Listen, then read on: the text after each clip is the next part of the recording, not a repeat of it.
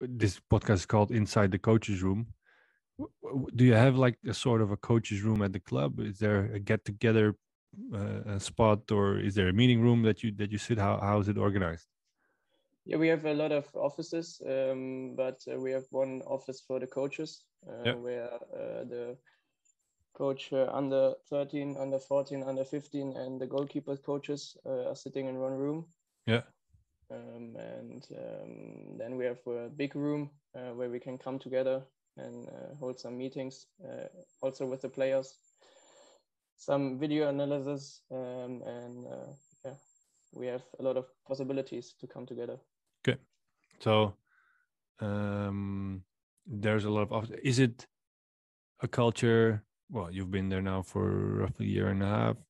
Do you feel there's a culture of sharing and openness, and that those offices are really there to make each other better? Yes. Was that how you experienced it, coming from, let's say, your local club into a professional club where everything is more, everybody's more invested, even has more time to share? Yeah, one big thing is that it's very important in our club that the doors are always open in every office. So you feel welcome in every room. And this is really not something that is put on the people from the club, but it's the atmosphere that we have in Leverkusen, and everybody lives it. Yeah, great. Okay, so I can imagine that feels a lot easier when you step into that environment, that you feel that everything is open, that you don't have to knock on the doors, and you don't feel that you interrupt the person in the office when doing anything, and it's very open to everyone. Yeah. Okay, great. And what is the most essential item for you that's in that coach's room? I think my camera. Your camera, okay. To film my training sessions and the games. Yeah. Because for me, video analysis is something really important. Doesn't matter which age you train. Of course, it's getting more important when the players grow up. Yeah. But even the small players can see a lot of things when they look from the bird perspective on themselves. Yeah. So U12s you work with. So do you have somebody that is collecting the videos, or do you do it yourself, or how does it work? Yeah, I have someone who films our training sessions and our games, and we share the topics. He cuts some scenes which I tell him, and I cut some scenes. It's very fun to me because I love watching the games and the trainings, especially when they were successful, of course. But also after lost games, I think it's important to get a perspective which is not connected to emotions to the game. Are you during the games? Are you emotional then? Yes. I try to hold it back a little, but of course, if you are not in my opinion, in the game emotional, you don't go to your limits, and I try to give my players this emotion too, and then they can do what they want if they are into the game. I am sure that they give their best. Yeah. So it's part of who you are, and games should be something special to me, even also for the players, of course, and I try to live that. Yeah, great. Okay, so you have somebody that helps you, and it helps you evaluate on a more quiet moment, maybe the day after or 2 days after, when the emotions are settled down. You can look at the videos and, okay, maybe I was right, or maybe I was wrong, or maybe I was too into it, or whatever, or it gives you an objective view on what the team was doing. Yeah, I had a few weeks ago, I had a situation with my left defender. he played on my side where I was coaching in the first half. And he's very brave in his game. He plays a lot of passes that are a little risky. And of course, they don't work always. Then during the game, I criticized him because he played this pass again and again. And after the game, I watched the video and I saw that the big part of this passes really had a good idea.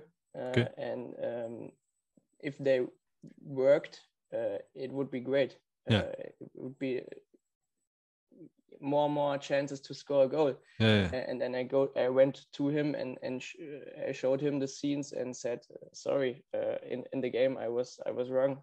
Please do that again in the other games too. Keep this braveness. What was his reply, or what was it? What was the situation? Yeah, he's a cool guy. You're talking about the 11, 12-year-old, right? Yeah. And I really don't remember the right wording which he said, but he smiled, and I had the feeling that he was thinking, yeah, I knew that. You don't have to tell me. That's cool. That's pretty autonomous already for a young kid, that he knows better. Well, he knows that he was making the right choices, even though the coach was saying. But maybe it also says something about how you connect with your players, that you want to sometimes be above, but also be on the same level with them. Yeah, of course. I would say I always try to be on the same level because, I'm still very young. I think I can get in their perspective to get their point of view. I try to make a lot of jokes when it's not necessary to be serious. And my relationship is pretty on one level with the players. Yeah. Okay, and so but back to the video. So you take the moments of your players, and how does it work throughout the week? You cut clips for them, and they can watch it whenever they want, or do you have a sit down as a team or as an individual? How does it work for you? I always try to cut the scenes as early as possible in the week. Yeah. When we play on Saturday, I try to finish the most important topics on Monday. Yeah. And on Sunday, I cut the goals and I send them the highlights in our WhatsApp group with the players. So they have their goals and can see what they... Maybe stupid question, but these kids, they already have a phone. Yeah. One player doesn't have, okay. but when I sent the goals, I sent them to his mom. Yeah, okay. So he can see them too. And the scenes and the topics in a tactical way is different from week to week. Sometimes we talk about it before the next game. We come together 2 hours before the game, for example, and talk about the scenes, sometimes before training, sometimes with a smaller group of kids. And I hope as soon as possible it will be possible to come together with the whole team. We have 15 players, but right now it's still kind of difficult because of Corona. We are not allowed to have all the kids in one room. Okay. But I hope it will be possible. Yeah. Okay, so you take a couple of moments, maybe small groups, bigger groups, to share. And in this age group, is video analysis or using videos I think is relatively new for them, especially kids maybe that are there for the first year. Is the goal to really go into the depth, or is it also, because I've heard other coaches saying that, also to get used to watching themselves and to get used to looking at their own recordings, etc.? Yeah. In my experience, the first times you make it with the kids, of course, they are not really in the topic that you want to talk about. They are just looking at themselves.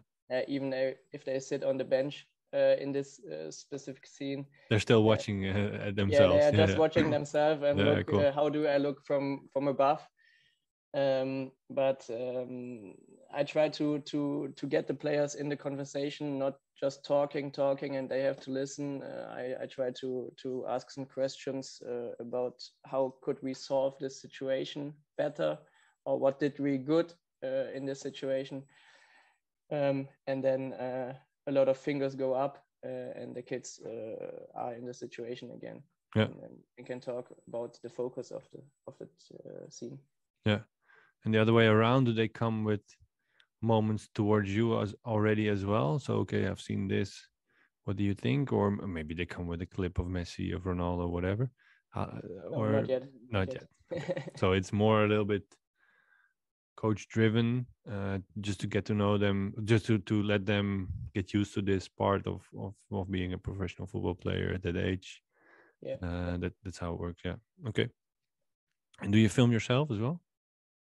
The camera is always like it's a GoPro, and the angle is pretty wide. So of course I am seeable in many scenes, not the whole game, but you can hear me, and I can hear myself, of course. How is it to hear yourself? Yeah, sometimes when I watch the games, I would love to mute myself,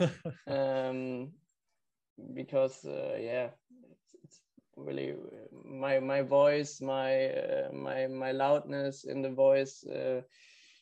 I would change some things after the game, but I try to see it as a possibility to develop myself. Yeah, and it's pretty confronting to hear yourself. Yeah. Besides the fact that in your head you hear yourself completely different. Yeah. Than other people hear you, which is always kind of strange. But see yourself walking around and see yourself maybe acting emotional or very loud. It's intense moments. Yeah, it's very confronting. Yeah, that's right. So what was the biggest thing you've seen for yourself that you thought, okay, I want to change that? Or maybe it's something you've seen that I'm doing that pretty well? The biggest thing I wanted to change, which I saw by myself, is I wasn't happy with the effort of one player in a game, and I turned around and talked to my assistant coach loud that we should get out this player of the game, and everybody could hear that. And we talk about 11-year-old players. And after that, I went to the player. I don't know if he heard that in the game, but I know that the other players could hear that even on the bench, and I said sorry to him. Yeah. Then there's also a factor of parents who hear that or whatever surroundings. That's And this was a big thing, which my assistant coach told me also, which was not right. Not good, but on the positive side, I would say that I really try to be in the game, and I like how I am focused in the game, and you can see that on the video too. And right now I try to get the balance between objective and emotion. As we said, as I said in the beginning, it's the complete balance of a youth coach. Yeah, and in this topic, the videos help, of course, too, because you can see if you made the right decisions in the emotional situation. Afterwards. Yeah, understand. Can imagine that. Well, being a young coach, a year and a half now at Leverkusen, before that you were at your local club. You were in school, of course, to learn how this mastery works, how to become a coach. But that it could help that you have people around you, perhaps like your assistant, that evaluate you or that you can talk to. Is it something that you have organized for yourself in a way? Is there people that you can call a mentor, or maybe the head of youth at the club, for instance? How does that work for you? I try to get input about my own work as much as possible from as much as possible people. For example, our sports psychologist, he takes part in a lot of video analysis meetings with the team, and I want to get feedback from him afterwards. So you are in a room with your team, and he sits in the back and just watches the session and maybe make some notes. Yes. Yeah. My assistant coach is very experienced. He's he's in our club in Leverkusen since 1988. First that's as very a player experienced. on his own until the under 19s, and then since that as a coach in all the different age groups from under 8 to under 19. Of course, I can learn from his experience, but I have the feeling that in our club, really everybody wants to help each other. And of course, I am one of the less experienced coaches, and I get a lot of input, which is pretty cool in Leverkusen. Yeah. And is it easy for you? Maybe Corona doesn't help, but to step on the pitch with other teams, to say, okay, I want to check out the U13s, U14s, whatever. I have a free. I have 2 hours that I'm not involved in anything. I'm gonna step on the pitch with them. Yeah, during my before Corona, when I was in my local team in the local club before, I was every week one day in Leverkusen already, and was with the under 13s. Right now, I have training 4 times a week. Free day is Friday. But before our training, for example, our women team trains at 3 p.m. And sometimes when I finished building up the field for our training, I watch their training, and it's pretty close to each other. Sometimes we look video sessions, training sessions from other teams, and we talk about practices. So the communication in the club is pretty good between the coaches. Yeah. What was a coach or maybe a moment that you thought, okay, that's something I was really inspired by? So looking maybe at a team or a session or maybe a conversation with a specific coach. Yeah. We have a coaches academy in our club, which is led by Kelt Bordingard. And some weeks ago, we had a demonstration session with our under 15s and the academy team. Yeah. And the topic of this session was to increase the efficiency of our training sessions. Okay. And the goal was to make the breaks in a practice not longer than 30 seconds. Okay. And between practices not longer than 2 minutes. Okay. And there I understood training sessions do not have to be over 2 hours. They have to be short but intensive. Yeah. And the game is also, you don't have 4 minutes of a break.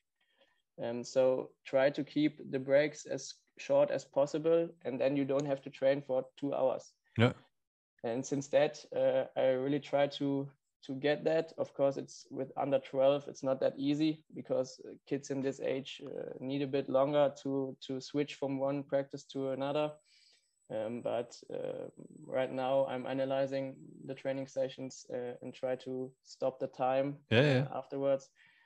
And we are right now at an average break time between practices of 3 minutes, and within this practice we are at 55 seconds.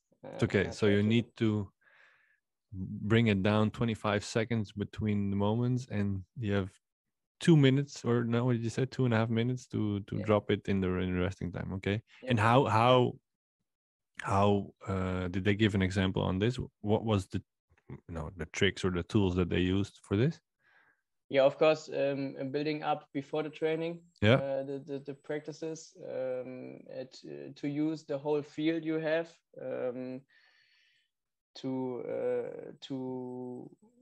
to get the most important information to the players before training session starts. Okay. Yeah. Which I think is pretty interesting. Right now we are again allowed to use the dressing rooms, and there I try to give the most important information to players before. Of course, you cannot explain before the session every single practice, No. but you can tell the players which practices you want to make, which is the focus of the training, and which teams play against each other in the game at the end of the training, and then you save time during the session. Yeah, so you can already, okay, in the end game, this team A, this team B. Yeah. Before your warm up, you can already explain maybe the rules, so that's already saves you some time on the pitch. Yeah. To make it more efficient. Yeah, and in my experience, in the first side, you would think keeping the breaks as short as possible makes the training, I don't know, hectic. Yeah. But in my experience, you are a lot more relaxed because you can give the players a lot of free time before the training session. We have right now our players arrive at 5:45. Yeah. And the training starts at 5:15. So right. Yeah. So they have 30 minutes of free time. Okay. Which they didn't have before. Because you already needed to start training because you had to use the time in your exactly. Idea. Yeah. Exactly. Yeah. What did they do? What do they do in that 30 minutes? A lot of funny things. Okay, so bonding, playing on the phone, and kicking a ball around, whatever. Yeah, exactly. Being and an sometimes 11-year-old. I really don't want to know what they exactly do right now. No. I go in the dressing room shortly before the training starts and tell them the most important information. But before they shall be free, as long as they move into, of course, specific rules. Yeah, okay. Can imagine that it also becomes their home a little bit more then, because they can wind down maybe from the day of school. They have time to chill with their friends. Yeah. It's good for the feeling that they have at the club. Yeah, they can prepare for the training session, which is not pretty easy for a lot of players because they have school until, I don't know, 4 p.m. The training session starts at 5 p.m. Yeah. How should that be possible with eating, homework that you have in your head? Yeah. With I don't know, any tests that you have the next day in school, and like this they have 15 minutes more, but they are not in contact with any information they get. They can enjoy their free time. Yeah. It got me thinking on a quote that, well, it's actually a while ago, Van Nistelrooy, who said, okay, we are over pushing young kids.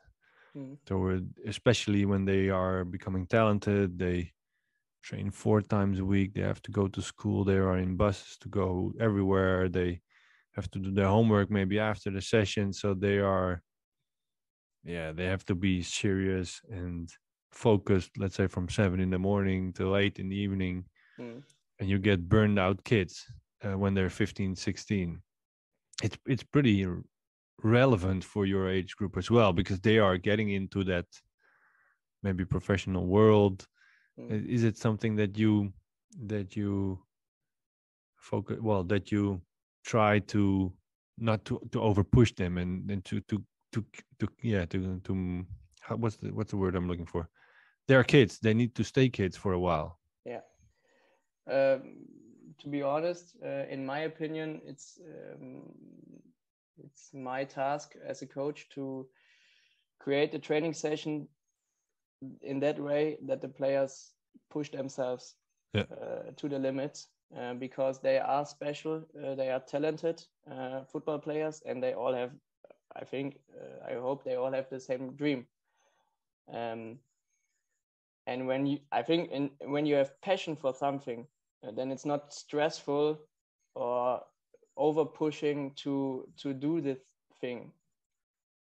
In my opinion, you have to create your training sessions in that way that the players don't get bored, that they don't get stressed, and then you can put information, in my experience, as much as you want. Of course, you cannot expect every player to keep in mind every information you get in a training. But if you remember 3 information of 7 that you gave in the whole session, then the player developed. And of course, the session has to be fun, and then it's not over pushing the player, in my opinion, because it's his passion. He loves it. Yeah. There cannot be something that he wants to do rather when he's training in our club, and then it's not over pushing the players. I'm not worried about on the pitch and specifically when they're at the club, but it's more the whole life. Like you said, they come from school at 4, they need to eat. But now you at least you created some moment that they can wind down a little. Afterwards, the training, they go home, they have to do homework again. So it's a pretty full life for an 11-year-old. So is there a way that maybe you as a coach can influence that to take the pressure off at the club as well? Okay, you are here, just enjoy, and because we believe in you, for example. There's no pressure in that you have to be the best. Maybe today, in the end, you have to be the best. Yeah, of course, there are some ways, not a specific way.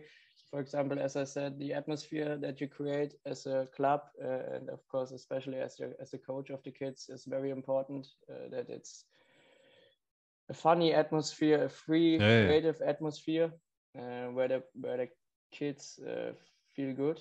And for me, it's very important that you communicate with the players, but also in this age, especially with the parents. Because the parents have the most information about their kids. And we have one player who has school on Monday and Thursday, which ends 30 minutes before training starts. And the mother told me in the beginning of the year, and of course I told her that we understand the situation, and that it's good to know, because then you can tell the player, hey, listen to me, it's okay when it's not working everything in these sessions, but I want to have the feeling that it's fun to you and that you give everything you have. And after such a long day in school, it's clear to myself that you cannot give everything, but go to your limits. And also, if he knows that the coach knows this, and he knows that, okay, maybe school and the teacher called him, okay, you have to stay 5 minutes, I want to talk to you. He can come maybe 5 minutes later on the pitch, because you know, and you can accept that, because you know he has only 30 minutes to get at the club and be on the pitch, for example. School has always to be on the first, how do you say, school has to come first every time, and then comes football. And the kids need to understand that when they have homework to do, when they have to learn for a test another day, and then I am the last person who is angry on them when they don't come to training. Okay, I understand. Okay, so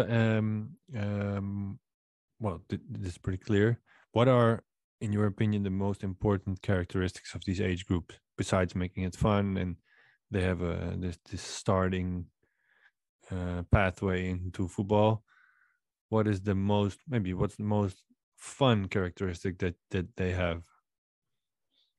The most fun characteristic is for me that some of the kids start to get interested in girls of their age.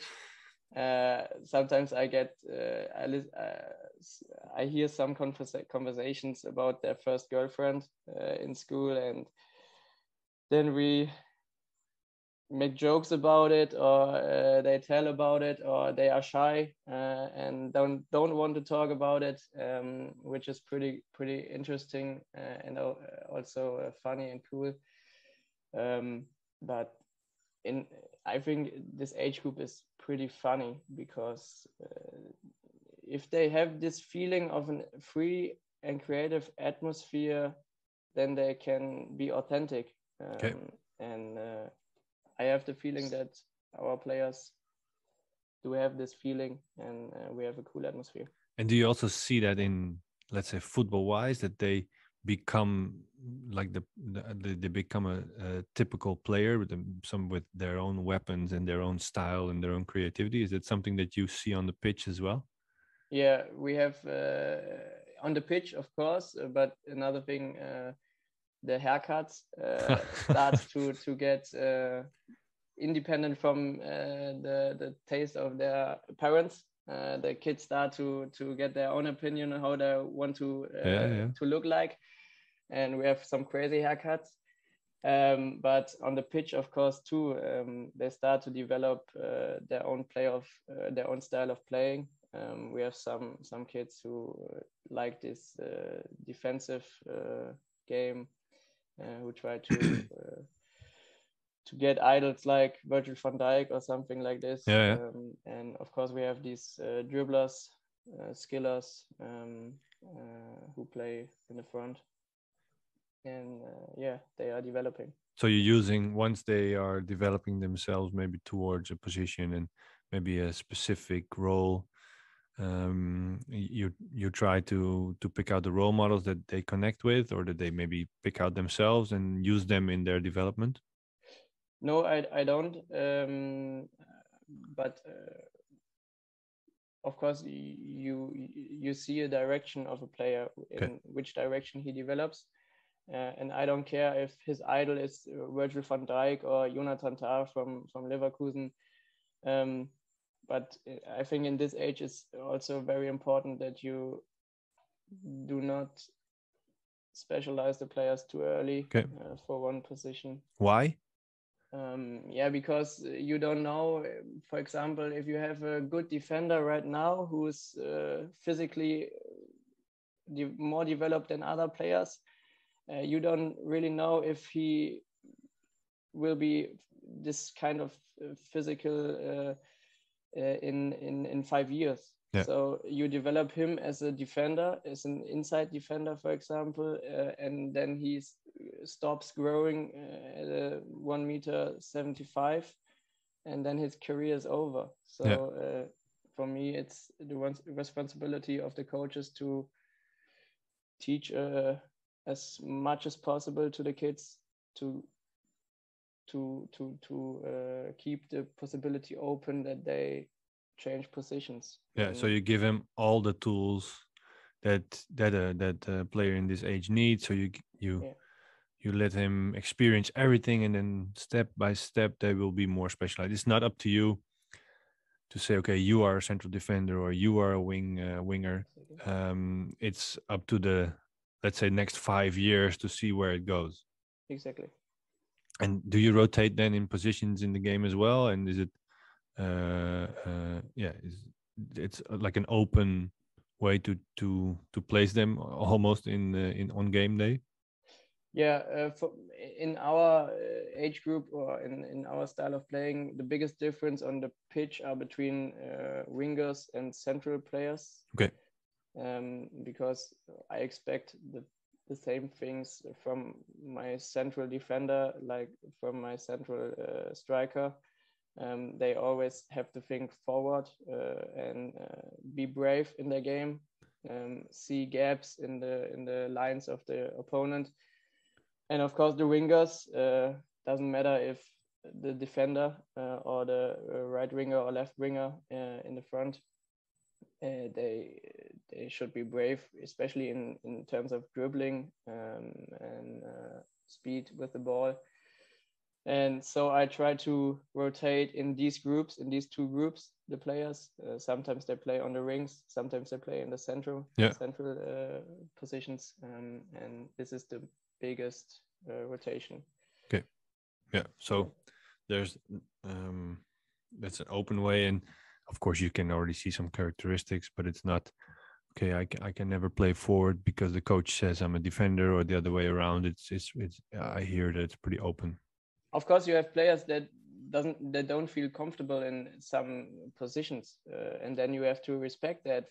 We have a central defender who doesn't like to play in the front, but then he plays in the game, for example, in as a right defender on the ring, and there he has to bring another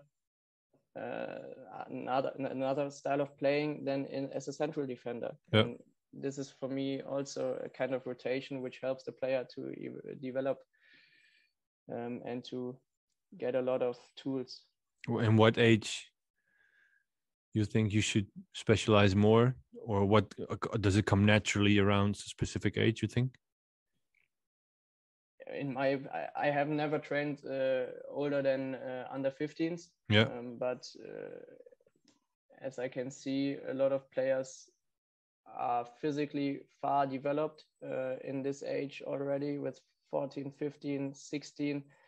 And I think when you know how a player is physically developed in the end of his development, when he grows up, you can start saying, okay, you are rather a central defender or left or right defender or goalkeeper, whatever, but not until they are not grown up. Yeah, okay, understand. Okay, and back to you.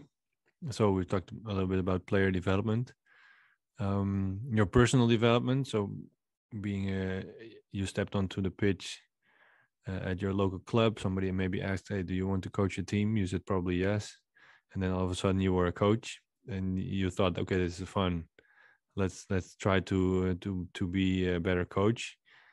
And now you, like we said already a couple times, you work at Leverkusen.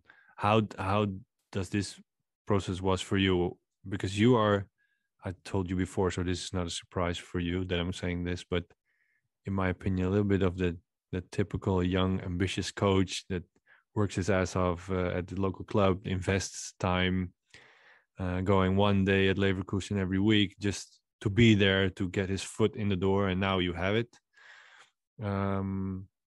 A lot of young guys and girls or women want this. How did you reach this, or how did you plan this, or how did you end up here where you are now, and how do you make sure that you develop?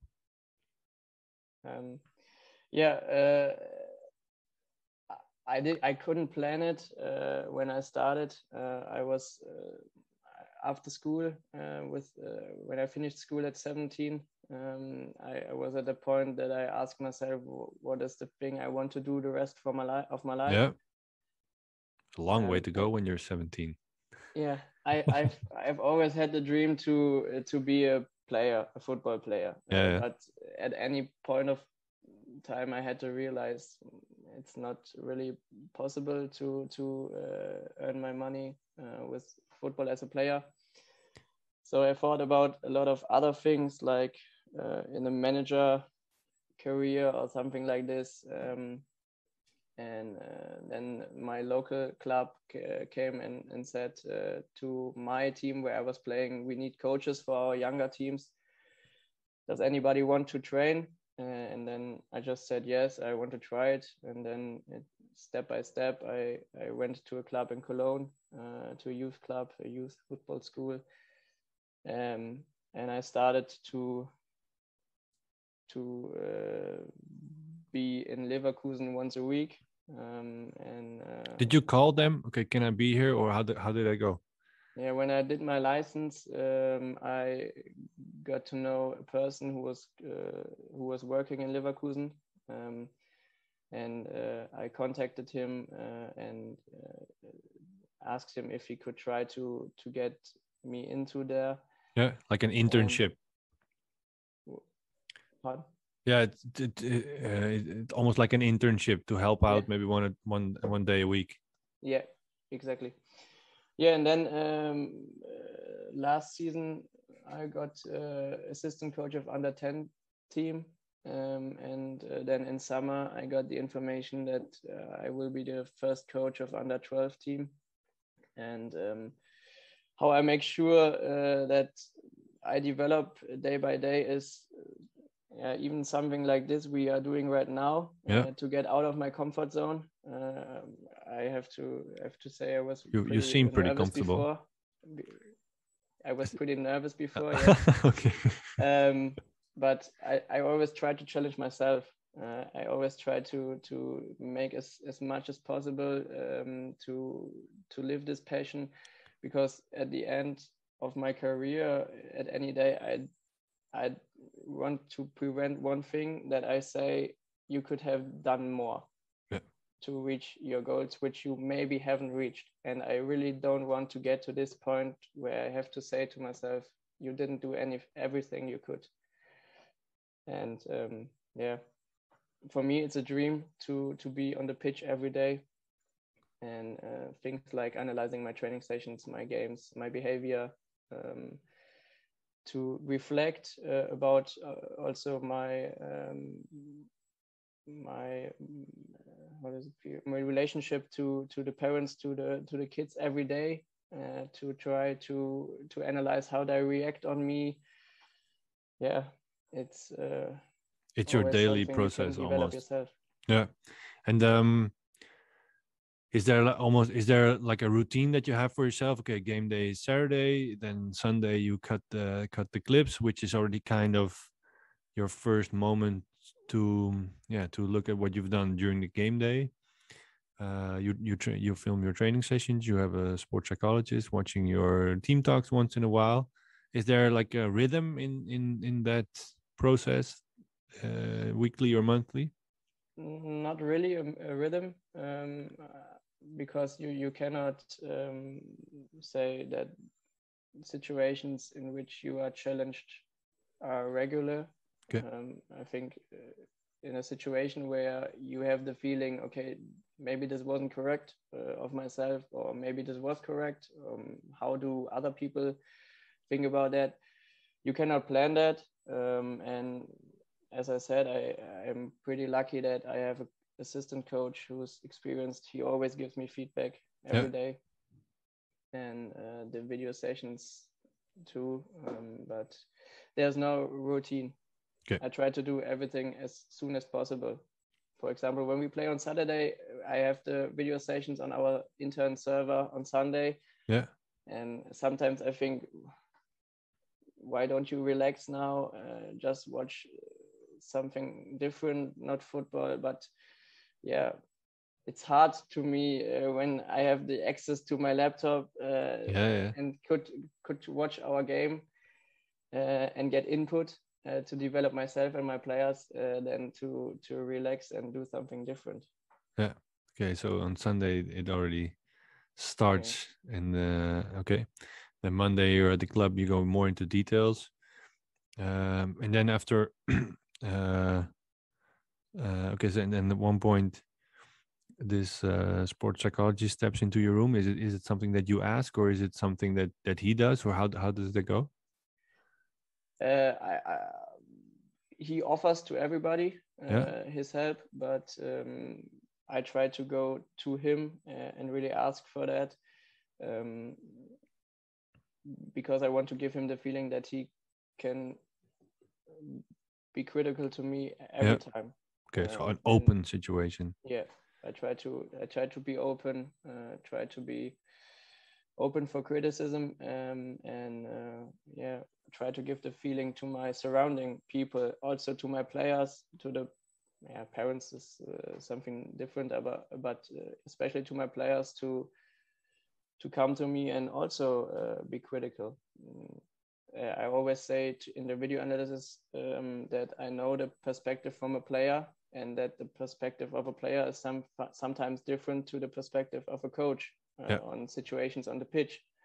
And if they have another opinion on a situation, they can talk to me and say, even in front of the group, because maybe I'm wrong. Why should I be right every time? So I try to give this atmosphere of openness for criticism. Yeah, so you're giving the example that somebody is also open to evaluate and feedback yourself, so the players see, okay, this is pretty common. There's not like this one authority that determines everything. No, we can push back on him on a positive way as well. Or sometimes if we don't like it, we can push back as well. It's almost a equal relationship.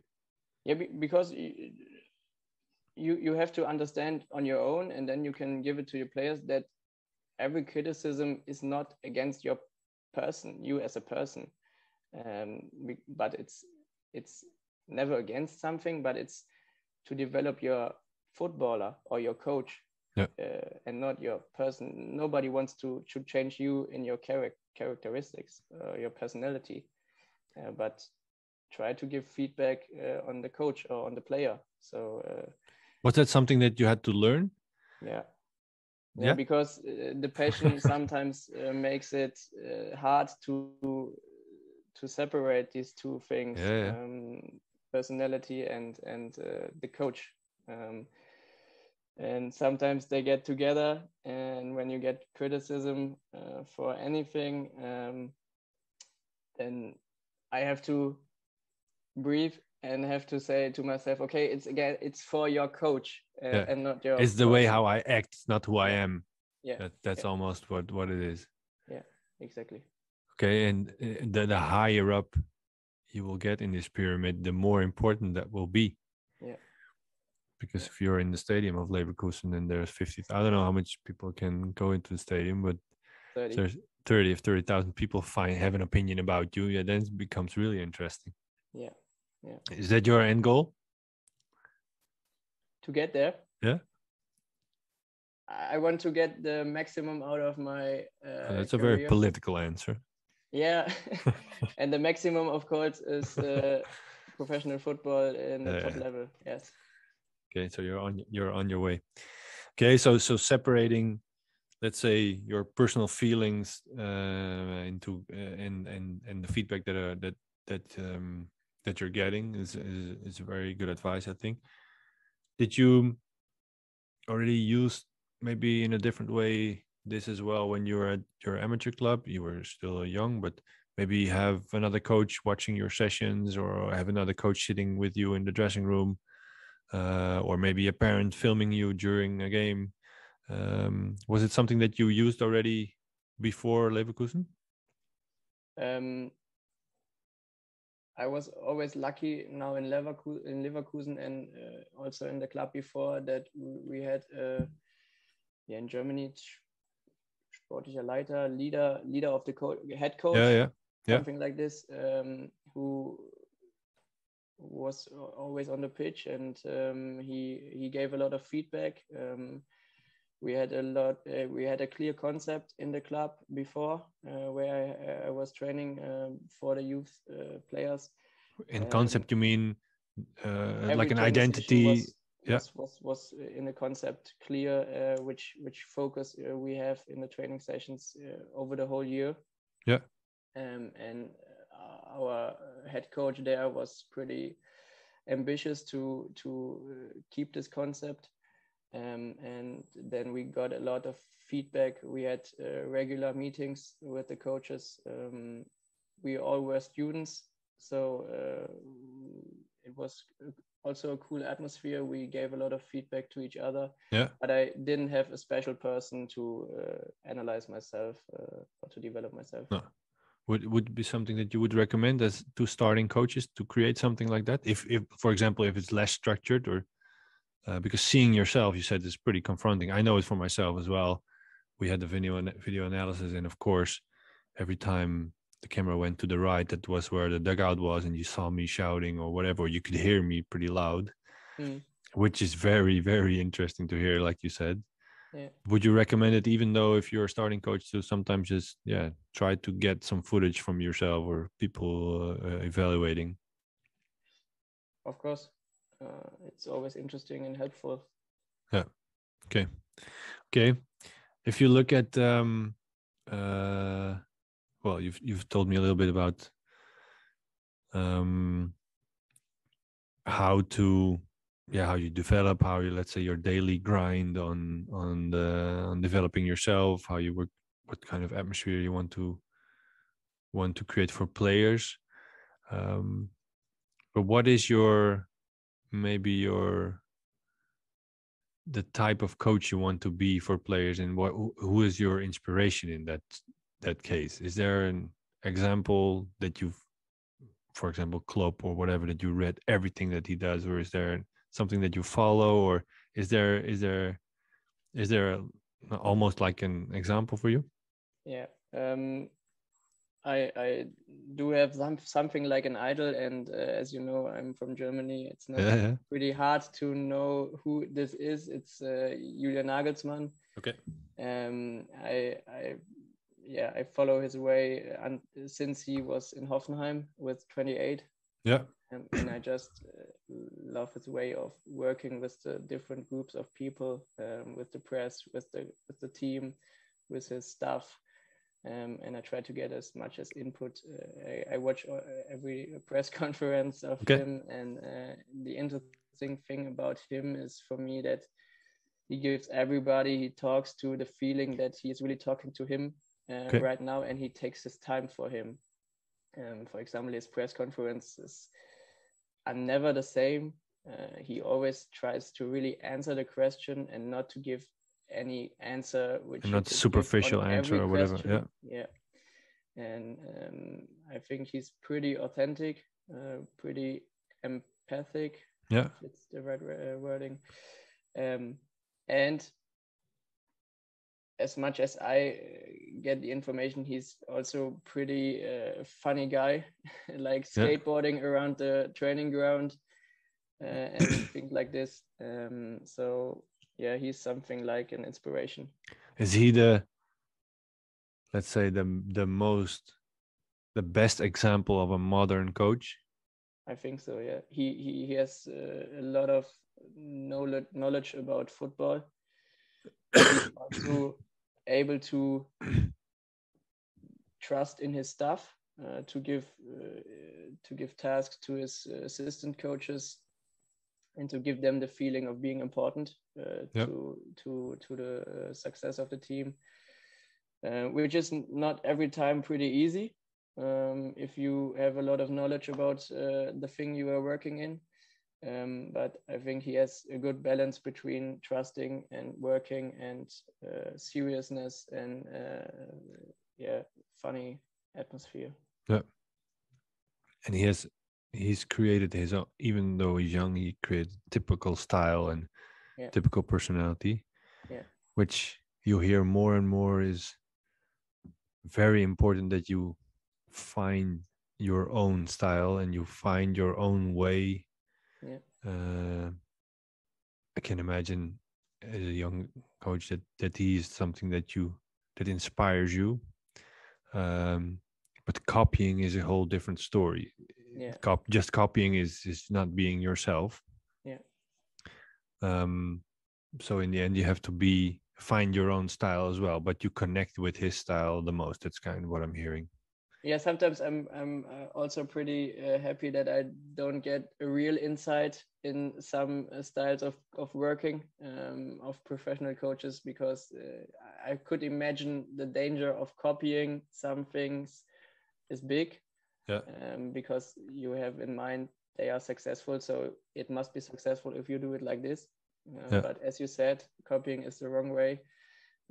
But some basic things I think which you can see in their behavior in the different settings is interesting to reflect about, and to maybe improve your own behavior in these situations. Yeah, no, and there's nothing wrong with copying things that you find interesting just to try how it feels, or just to experience them, and in the end you make it your own.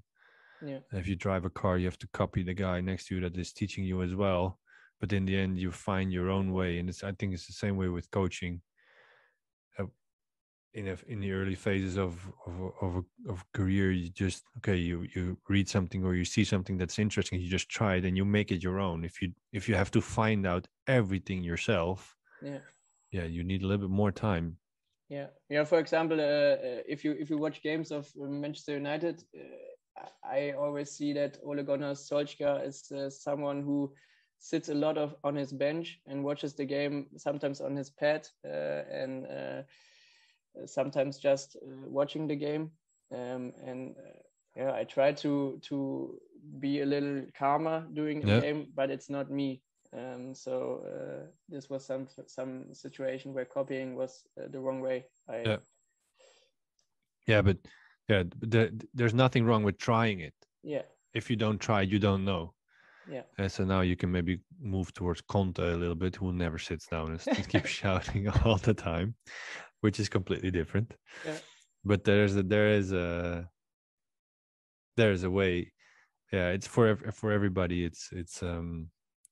It's finding your own style, finding your own personality, and also I think it's very much connected to your own personality and your own values. So if you are somebody that works the best, like maybe you said, to connect it with your emotions, you don't try to block them, but use them. If you are more the analytical type, it almost feels fake if you stand up and start shouting. Exactly. Okay. Are you a reader? During the lockdown, I was a big reader. Okay. But when my day is structured like this, I'm not reading a lot. I have some magazines that I get in a regular time about football. Like coaching magazines, German coaching magazine? Yeah. With practices and some texts, but books I read during the lockdown a lot. Okay. What was the last book you read? The last book was, I think, the biography of Jürgen Klopp. Okay. I read a lot of biographies we are again at the point to get some input. To get inspiration. Yeah. Would you recommend the book? Yes. Okay. So every coach should have had at least the Klopp version on his desk. Yeah. Okay. And so we talked about inspiration. Who should we get on next? Is that something you thought about to inspire us? Yeah. I thought about one coach or two coaches. One coach is our coach of the academy team, Benjamin Adam. The academy team is between our under 15s and our under 17s. Yeah. And he's the first coach of this team in our club. We have this team since this year. And another coach, he's the guy who I was hospitating when I was in my old club. And he was the under 13s coach in Leverkusen before. Okay. And I spent a lot of time. He was, let's say, your first maybe mentor that guided you towards Leverkusen. Okay, cool. And the other coach is the under 12 coach of Eintracht Frankfurt, Okan Gündüz. I love his way of working. He's pretty successful with his team, not just with the results, but also with the style of playing. He develops his players really good. And he also creates a really, really good atmosphere with his kids. And I think it should be interesting to listen to him and when he explains his style of working. Okay. Did you already talk to them about this or not? No. Okay, I would if you want to. Yeah, if you would, and if they listen to this podcast, it's a little bit pressure, so they cannot say no. So that helps always. This episode. Yeah, great. So listen to this and specifically listen to the end where we call out you to be on the podcast. No, that always helps. Okay. Before we end this, what is maybe the most important, even though you are a junior, most important that you would like to share or give give away with to the coaches that are listening? For me, the most important thing in my work is to have empathy. Yeah. With the kids, because all the topics we talked about, the pressure they have in school, the pressure they have with social media nowadays. Yeah.